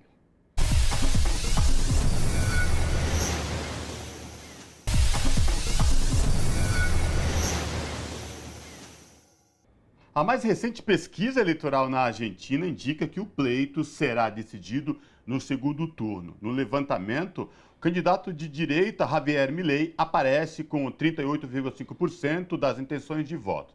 Sérgio Massa, candidato governista e atual ministro da Economia, vem na sequência com 32,3%. A pesquisa entrevistou por telefone pouco mais de 4 mil eleitores argentinos entre os dias 16 e 17 de agosto. Sobre essa questão, nós conversamos agora com Ivone Alves Garcia, que é produtora-geral da Ásia TV e condutora do canal El Muy Espejos. Ivone, prazer te receber no Revista Brasil TVT. Tudo bem? Seja bem-vinda. Muito obrigada, o prazer é meu. Prazer realmente estar aqui com vocês. Assim que obrigada pelo convite. Ivone, vamos falar então desse cenário que se desenha na Argentina, né? Teve as primárias, agora já tem uma indicação de possíveis intenção de voto com o candidato de direita, Javier Milei, mas, por outro lado, o candidato governista já começa a sobressair. Queria te ouvir qual a expectativa e como é que está esse clima na Argentina aí para as eleições presidenciais. Olha, o clima aqui na Argentina sempre foi muito difícil, porque faz 34 anos que estou vivendo nesse país e é como se você estivesse numa montanha russa, sinceramente. Cada eleição, a gente está lá em cima na montanha e quando começa, dá esse frio que vem no coração. O próximo presidente da Argentina, se não houver nada muito especial, vai ser, sem dúvidas, o Milei. Muitas pessoas gostam de caracterizá-lo como uma pessoa, como fascista e tudo isso. Mas o problema é que ele não é um fascista. Ele é um liberal extremo, um anarcocapitalista, um anarcoliberal, como podemos falar aí. E hoje, depois das PASO, que são as eleições onde se define os candidatos presidenciais, que ficou ele, a Burrich e o Sérgio Massa, o candidato com mais possibilidades ainda sigue sendo ele. A chance é ganhar no primeiro turno diretamente, ou seja, realmente não é que os argentinos estejam contentes com a sua vitória, senão é que estão cansados do bipartidismo que existe até hoje, que seria o Juntos para el Cambio ou o kirchnerismo. Ivone, trazendo um pouco do formato das eleições na Argentina, então assim, para Javier vencer em primeiro turno, ele teria que ter 45% dos votos ou 40%, sendo que 10 a mais do que o segundo colocado. E aí eu te pergunto, dentro dessas mudanças que vem acontecendo, essa surpresa que foi as prévias, que não se esperava que Javier viesse à frente, né? Patrícia parecia que despontava melhor que ele antes de se ter o resultado. Mas a minha pergunta é, diante desse quadro e dessa última pesquisa, que Massa ultrapassa Patrícia, você acredita que os votos de Patrícia, já que ela se aproxima mais de Javier do que de Massa politicamente, podem ainda ser transferidos para Javier e se completar uma eleição no primeiro turno, ou de fato o que a pesquisa trouxe, que vai a segundo turno, Javier e Massa, é a possibilidade maior? Dá para se mensurar isso? É difícil porque, como você sempre sabe, as enquetes não sempre são muito reais. O que sim é real é que a Patrícia Bullrich, ela quase não está fazendo campanha. Ela é como se ela já ficou de lado. Ela deixou que a decisão esteja entre o Milei e o Massa. E o Milei, muitas pessoas se equivocam, porque não é que são os jovens que estão votando nele, são pessoas de todas as idades, ou seja, não são todas aquelas pessoas que estão cansadas das propostas desses últimos governos que houve. Tem muitas possibilidades que ele ganhe na primeira volta. Também tem muitas dúvidas, porque ele não tem uma equipe para assumir. Ninguém pensa que talvez ele possa cobrir os 10.000 postos necessários para governar. Mas, ainda assim, encontra o que os grandes poderes, de certa maneira, falam. O Milei tem mais possibilidades, pelo menos dentro da minha visão, de ganhar na primeira volta do que ter uma segunda volta. O caso dos libertários, eu vou falar rapidinho, nós, especialmente aqui no canal Ásia TV, Humo e Espejos, a gente já vem falando disso. A gente, quando foi nas eleições anteriores, nós falamos, olha, os libertários, eles não estão preparados, mas nas próximas eleições eles vão estar fortes. Só um pequeno setor escutou isso e hoje estamos vendo. Para nós, não é surpresa que o Milei, não quer dizer que a gente goste dessa eleição, senão que não é surpresa que ele esteja na posição que está. E por isso eu penso que as possibilidades que seja em primeira volta vão ser muito maiores. Agora, Ivone, tem um outro agravante também na Argentina, que é a atual situação econômica do país, né? Recentemente teve distúrbios na Argentina. Queria que você também falasse para a gente sobre esse cenário envolvendo a economia argentina, o que se pode influenciar nas eleições. Ultimamente, as questões econômicas na Argentina estão muito difíceis, desde os aluguéis até, agora não sei bem qual é a relação, mas para você ter uma ideia, 1 litro de gasolina está a 300 pesos, 300 pesos. $1 oficial aqui está a 380 pesos mais ou menos, você entende? Ou seja, realmente é um custo muito alto, tanto um salário mínimo na Argentina está a mais ou menos 150.000 pesos, para vocês terem uma ideia da relação. O que aconteceu com os saqueios que houveram depois das eleições das PASO na Argentina foi, para meu ponto de vista, uma questão de oportunismo. Por quê? Sempre acontece aqui quando tem essas eleições que não são muito claras, que é uma eleição de surpresa, onde você espera que certo candidato seja, aunque você não esteja de acordo, que ganhe, como seria no caso desta vez de algum peronista, alguém do governo. Então, gera essa desestabilização. Houve vários saqueios em algumas cidades, mas não foram organizados.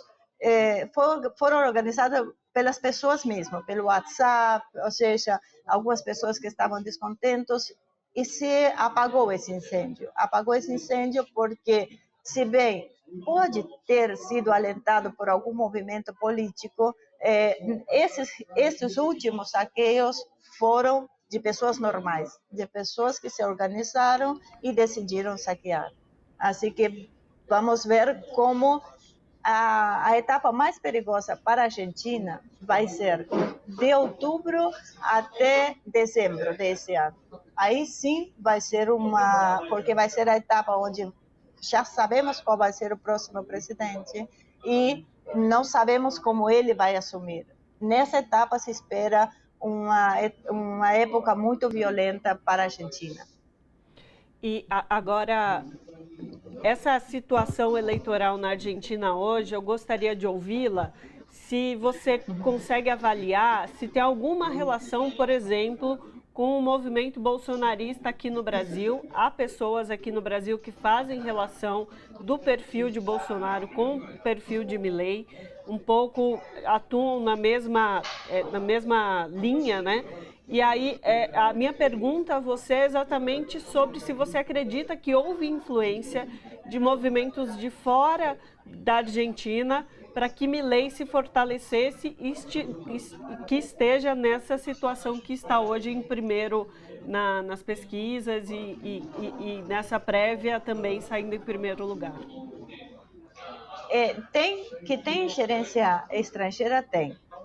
Só que eu vejo mais para o lado dos Estados Unidos do que do lado do Brasil. O único paralelo que eles podem passar do Bolsonaro para o Milei é o caso do feminismo, a política de gênero, o aborto e todas essas coisas com o Milei, né? Porque nessas coisas eles coincidem. Mas a diferença, eu acho, do Bolsonaro é que o Milei, por exemplo, ele não é que está em contra o aborto, ele está em contra que o Estado pague o aborto, porque o que ele quer é a destruição, ou pelo menos a redução do Estado. Ele não quer que o Estado seja quem faça cargo destas questões. Eu acho que o Bolsonaro e o Milei é a única coincidência que pode ser possível nesse ponto. Se vai ser muito difícil ter um governo e que ele possa assumir e terminar um governo nessas condições. Agora, Ivone, essa situação toda... Por favor, complete, por favor. Não, porque eu ia falar, porque tem uma coisa que é muito importante para a gente observar do Milei. O Milei não tem política exterior. Não só não tem política exterior, senão que é uma pessoa que falou assim que não vai ter contato com os países comunistas. Imagina, colocou o Brasil, a Espanha, a Rússia, a China. É uma pessoa que não tem uma ideia política nem interna, nem internacional. E isso vai ser um problema muito, muito grande para a Argentina. Eu acho que vamos ter muitas surpresas, porque é muito difícil que ou o Milei ganha e muda radicalmente o seu pensamento, ou vamos esperar, vou voltar a insistir, temporadas muito violentas aqui na Argentina. Não sei como eles vão conseguir. Sempre os argentinos conseguem encontrar uma saída, mas essa vez está muito difícil, porque não tem um segundo candidato como opção. Você tocou num ponto muito importante, que é esse discurso de Milei quanto à relação da Argentina com outros países, principalmente seus vizinhos sul-americanos. Isso é muito importante. Como é que um país consegue sobreviver sem fazer acordos bilaterais, principalmente com seus vizinhos no entorno? É esse discurso que me chama a atenção e que, às vezes, é comprado por uma certa parcela do eleitorado. Queria te ouvir também sobre essa questão especificamente, Ivone.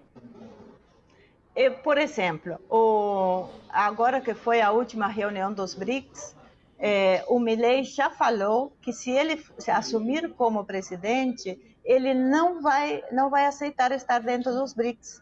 Ele não interessa estar. Quando a Argentina vem lutando faz anos, nós mesmos fomos partes, quando foi a última reunião, em 2014, aí no Brasil, em Fortaleza, que teve a participação da Argentina. Já naquele momento, a Rússia, a China e a Índia já falava da possível incorporação da Argentina nos BRICS. Agora chegou a nossa oportunidade, chegou a oportunidade de a gente ficar forte do lado dos vencedores, né? Alguma vez ficar do lado desse mundo multipolar, desse mundo que está mudando, aonde vai terminar essa hegemonia dos Estados Unidos, e justo toca na Argentina um presidente que fala que não quer estar dentro dos BRICS.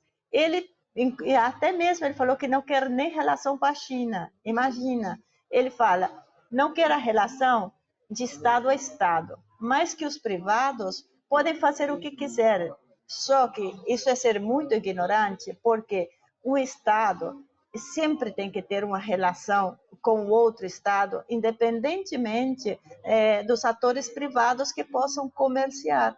Então, esse é um problema muito importante e para ter muito em conta, que é a política internacional da Argentina.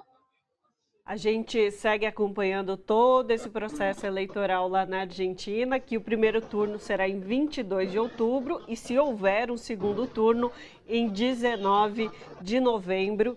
E sobre esse tema, conversamos com Ivone Alves Garcia, que é produtora-geral da Ásia TV e condutora do canal Humo Espejos também.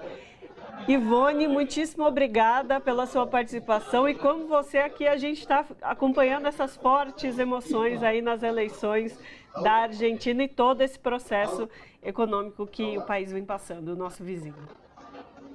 Bom, muito obrigada a vocês, realmente um prazer e à disposição para dar um seguimento à política nacional, às questões mais das pessoas, além das políticas, não? Porque as pessoas aqui também estão muito preocupadas e o mais importante é que o Brasil e a Argentina estejam em um lugar onde podamos ser fortes juntos. Assim que um prazer, obrigada a todos vocês. Com certeza. Abraço. Um abraço. No nosso momento cultural de hoje, nós vamos falar com o MC Nego Bala. Ele é um cantor, compositor do funk, produtor e roteirista, nascido e criado no coração da Boca do Lixo, na Cracolândia, no centro da cidade de São Paulo. Nego Bala, prazer te receber aqui no Revista Brasil TVT. Seja bem-vindo. Boa, família. Satisfação é toda minha. Tá aí, certo? Tamo junto. Agradeço o convite. Maravilha. Nego Bala, como você bem se define, criado praticamente na Boca do Lixo, no centro de São Paulo, moleque, jovem, garoto, que hoje vive da música. Queria te ouvir do momento especial da sua trajetória e do teu momento agora vivendo de música, embora ter passado por todos esses problemas, hoje é um cara que fala de música, fala de produção. Queria te ouvir sobre esse momento. A nossa história aí, como a história de muitos, se cruzam na selva de pedra e também nas comunidades mais extremas do nosso São Paulo, do nosso Brasil. Eu hoje posso dizer que eu sou artista de fato e vivo da música, entre trancos e barrancos aí que a gente vem, né, mano, lutando pra ser mais um, como que eu posso dizer, mais um expoente aí na música que possa cantar o que sente e denunciar também algumas coisas que não tá certo na nossa comunidade, da onde a gente sobrevive, porque eu vejo a arte como uma ferramenta também crítica à nossa existência, tá ligado? E aí hoje eu canto funk, fiz uma música com a Elza Soares, com muito prazer, muita honra, muito amor. Obrigado, rainha, por me conceder esse momento divino. Com essa música a gente conseguiu alcançar alguns prêmios internacionais, como Grand Prix, Cannes, Clio Arts. No Brasil também a gente conseguimos conquistar a PCA, conseguimos Glam Clio também. E a gente vai aí nessa luta aí, né, trazendo, como que eu posso dizer, mais consciência para os nossos e para nós mesmos e ocupando e ampliando espaço. Nego, eu queria te ouvir agora um pouco sobre o cenário do funk e sobre um pouco, assim, tem várias vertentes, né? Tem algumas que ficaram mais famosas, o funk ostentação, o funk proibidão, por exemplo, ganha aí repercussão nacional, até mundial, e o funk de protesto também, um pouco menos conhecido, mas tem a sua importância. Mas queria que você falasse um pouco desse cenário em relação às comunidades, aos lugares da onde vem o funk, né? De onde ele vem sendo criado e desenvolvido por essa comunidade, por pessoas como você, aí que cresceu e se tornou adulto num lugar tão inóspito, assim como a Cracolândia, né? Mas queria que você pudesse falar um pouco do cenário a partir desses lugares da periferia. Mano, o bagulho é muito louco, né? Porque se você pega a história do Brasil em si, você já consegue ter uma visão até mesmo do que é hoje, né? A gente pega um Brasil onde demorou para abolir o trabalho escravo, que a gente fala de vários povos, e principalmente do povo indígena, o povo negro, e toda a fragilidade que já existia no Brasil em questão, né, dessa parada. E aí você pega um Brasil que preferiu pagar passagem e dar casa e terreno para estrangeiros, e as pessoas que estavam sofrendo trabalho escravo, a partir do momento que na lei isso daí foi criminalizado, o trabalho escravo, né? As pessoas que eram vítima desse crime acabaram sendo jogadas ao léu. E aí começa um Brasil, né? Um Brasil aí que a gente vive até hoje, infelizmente, que é o descaso na comunidade, a falta, às vezes mesmo, de saneamento básico, porque foi o nós por nós, né, mano? Até hoje é nós por nós. Você olha assim, é nós por nós. Às vezes na comunidade mesmo, se não for uma rapaziada que se une para fazer um rateio, cesta básica, gás, essas coisas, o que chega para nós mesmo, infelizmente, é a repressão, o braço repressivo do Estado. Só chega o lado punitivista, que é aquela parada, né? Existe a escola, existe todo um caminho que pode prevenir aquele jovem ou aquele adolescente ou aquela jovem, aquele adolescente, para não chegar no descaso, que a maior preocupação que eu vejo é o crime, né? Eles se preocupam muito com o crime que sai das favelas da comunidade, sendo que tem outras coisas para se preocupar, antes até mesmo do crime, que vai fazer com que isso daí não aconteça, que às vezes a questão da fome, a questão da moradia, tá ligado? A questão do saneamento básico, às vezes não tem comunidade que não tem esgoto. Eu mesmo moro aqui no centro de São Paulo, Cracolândia, Boca do Lixo. É uma região que o que tem mais tem mais um acesso, digamos assim, perante algumas comunidades mais no extremo de São Paulo. Às vezes não tem nem saneamento básico, tá ligado? Mas sempre vai ter uma viatura, isso que me impressiona. Não tem um hospital, não tem uma creche, não tem uma escola, mas tem 10 viaturas com carro lançado de última geração, armas de última geração. E isso daí é uma parada que acaba resultando na violência, né, mano? Não tem como você jogar espinho e querer pelo menos sentir o aroma das rosas. Impossível, mano. Impossível. Um moleque que cresce. Tipo assim, eu cresci na Cracolândia, Boca do Lixo. Eu ia pra escola, eu passava pelo fluxo. Os usuários me respeitavam e eu vejo os usuários respeitando as pessoas até hoje, tá ligado? Como que é esse respeito, Bala? Não é igual a polícia, a televisão passa, não, caralho. Que você chega lá e todo mundo te depena, alguma coisa assim. Você é louco? Quando eu passava, eu escutava, olha o anjo, que no caso é uma criança passando, que infelizmente o próprio Estado fez o fluxo ficar ali, porque se os usuários saírem dali, eles vão apanhar. Então os usuários não vão sair dali. Mas por incrível que pareça, ali é o caminho de uma escola também, é o único caminho que aquele moleque tem. Mas os usuários respeitam. E aí você passa, os caras gritam, olha o anjo. E aí quando você vai passar por uma viatura, eles te revistam, você só tem 5, 6, 7, 8, 9, 10 anos de idade. E aí a gente vê onde que tá a verdadeira história, né? E isso eu vejo, infelizmente, que se replica na comunidade do Brasil, né, mano? Em lugares que às vezes as nossas vozes nem conseguem ecoar, né? Porque voz todo mundo tem, o problema é o alcance, não já neutralizada, né, mano? Nego, você falou no início da nossa conversa que a arte, a música, ela transforma e te transformou, por exemplo. Muitos poderiam deixar de lado essa história de vida de onde você cresceu e você fala isso sem nenhum problema, centro de São Paulo, Boca do Lixo, Cracolândia. Mas a minha pergunta, de onde veio essa questão musical? Onde surgiu as primeiras letras, composições? Como que se deu isso? Então, mano, quando você vem dessa realidade toda que eu acabei entrando, né? O bagulho, a arte, ela salva, de fato. A arte é uma ferramenta muito sagrada, tá ligado? A música, por isso que eu falo, mano, independente se você vai ser artista, independente se você vai ter um canal no YouTube ou não, cantar, fazer arte, pintar um quadro, escrever no papel é outra parada. Vocês estão me ouvindo? Sim, Sim, continua. pode continuar. É outra parada, é outra parada. Eu sinto que a arte, ela é um remédio. Além de todas as dores, ela é um remédio. E aí, antes de tudo, eu cantei pelas dores que eu sentia, tá ligado? E aí foi se formando corpo, fui cantando, e as letras foi pegando na rapaziada na quebrada. Quando eu fui ver, eu já era o Nego Bala. Tipo, mas quando eu comecei a cantar, eu virei um MC Nego Bala. E aí isso foi foda. Foi 1000 graus, que a rapaziada começou a me apoiar, começaram até a ajudar os parceiros financeiramente. Às vezes os parceiros, mano, toque uma moeda pra você ficar firmão, não se envolver com nada de errado.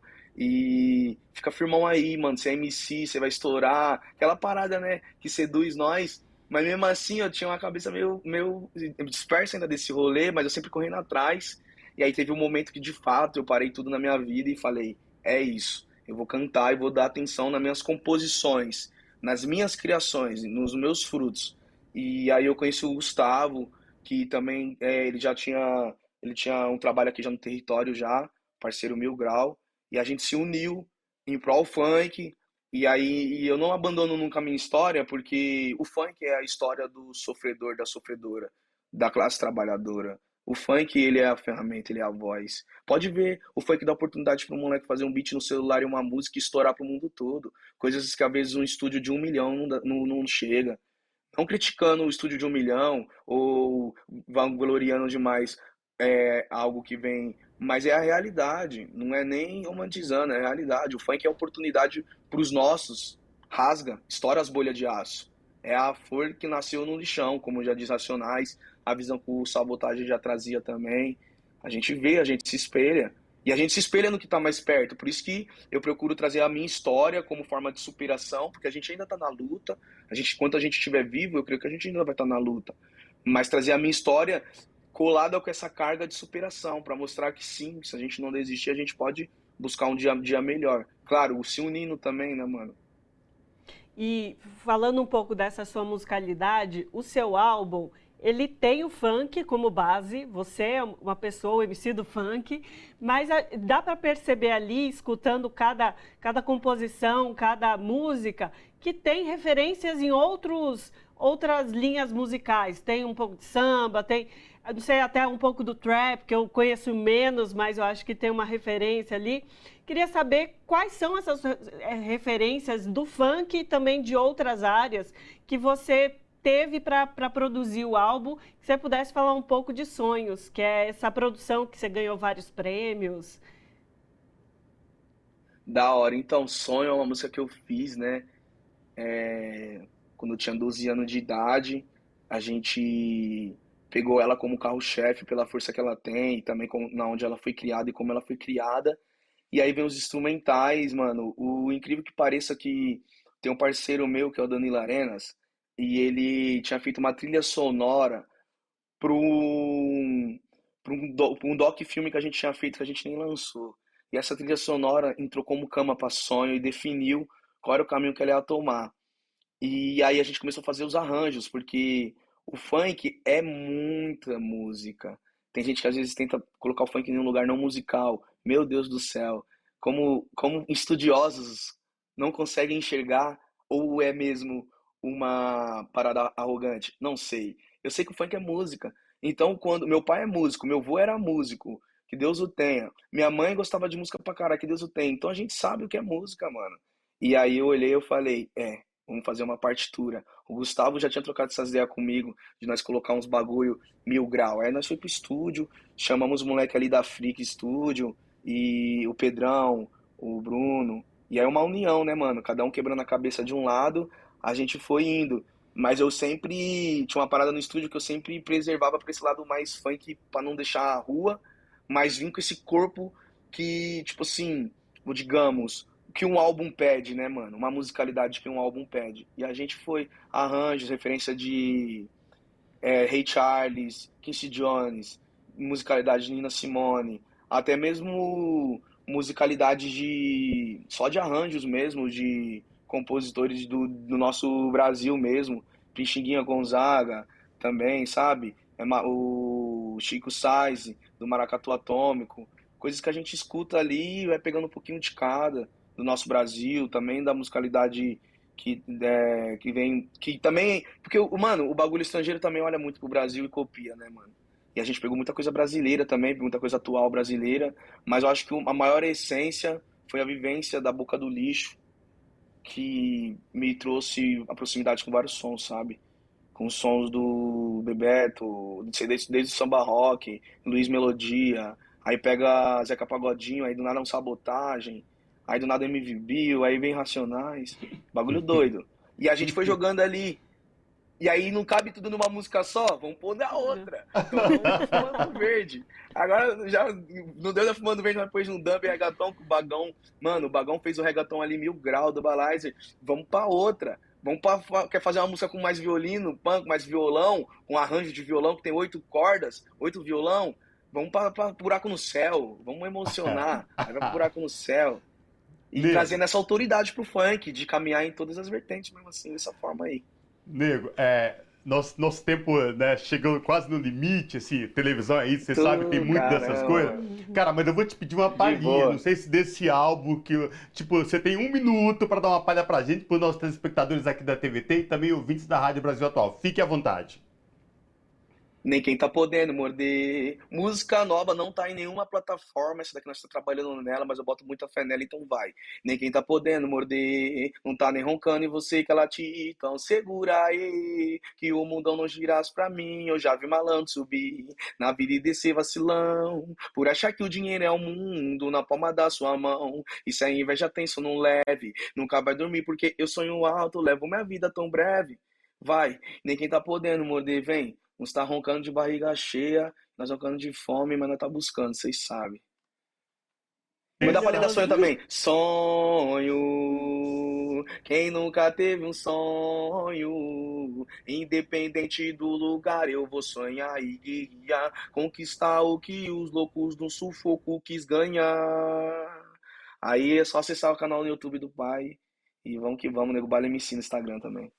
Maravilhoso. Vou aproveitar que você fez aqui o punho levantado, Nego Bala, e vou indicar as pessoas que vão até o YouTube do Nego Bala assistir Sonhos, porque a quantidade de referência de luta da classe trabalhadora, do povo negro, que tem naquele vídeo, assim, é sensacional. Eu fiquei em êxtase assistindo Sonhos, de verdade, assim, de emocionar o trabalho que vocês fizeram.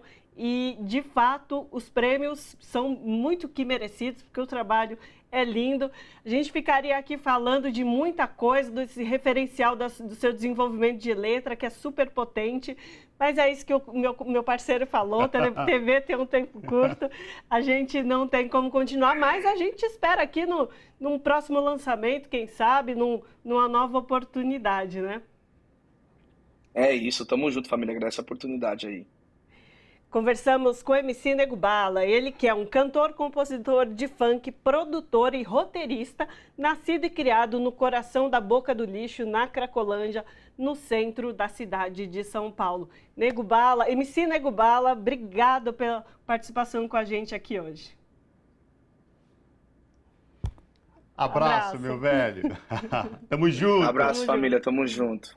E com esse belo papo sobre funk com MC Bala, sobre letras, composições, a gente encerra o Revista Brasil TVT desta semana, Ana Rosa. A gente encerra mais uma edição do nosso programa e aí fica um chamado para você que não conhece o funk, para você que às vezes tem uma resistência a conhecer essa nossa vertente tão rica da nossa cultura brasileira, vai pelo Nego Bala e vai desfrutando cada vez mais dessa musicalidade que é muito nossa, que é muito brasileira.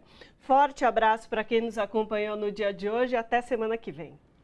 Pessoal, obrigado pela companhia, muito bom ter vocês aí do outro lado da TVT, canal 44.1 digital em São Paulo e na Grande São Paulo, e também ouvintes na Rádio Brasil Atual 98.9 FM. Boa semana a todos vocês, se cuidem e até o próximo programa. Tchau!